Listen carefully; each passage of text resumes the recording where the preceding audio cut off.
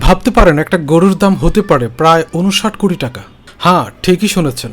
বিশ্বের সবচেয়ে দামি গরু হিসেবে গিনেস ওয়ার্ল্ড রেকর্ডে জায়গা করে নিয়েছে ব্রাজিলের ভিয়াতিনা 19 নামের গরুটি।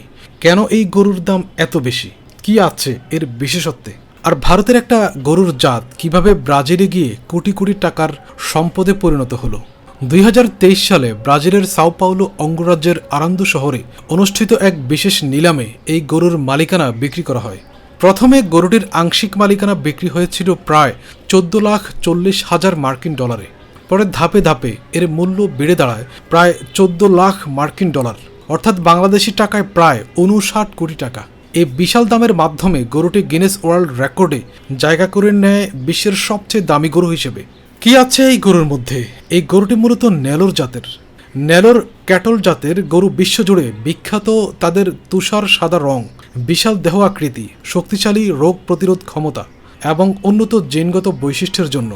বিশেষজ্ঞদের মতে এই জাতের গরু গরম আবহাওয়ায় খুব সহজে টিকে থাকতে পারে এবং দ্রুত বৃদ্ধি পায়।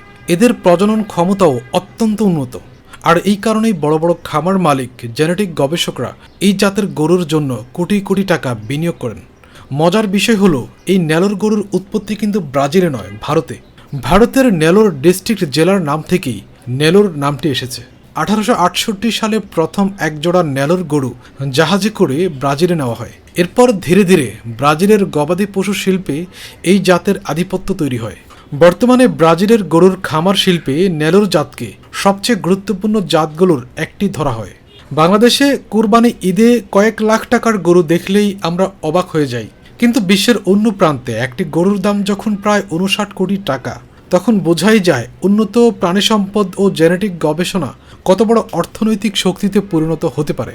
বিশেষজ্ঞরা বলছেন, বাংলাদেশেও যদি উন্নত জাত সংরক্ষণ, বৈজ্ঞানিক প্রজনন এবং আধুনিক খামার ব্যবস্থাপনায় জোর দেওয়া হয়, তাহলে প্রাণী সম্পদ খাত অর্থনীতিতে আরও বড় ভূমিকা রাখতে পারে।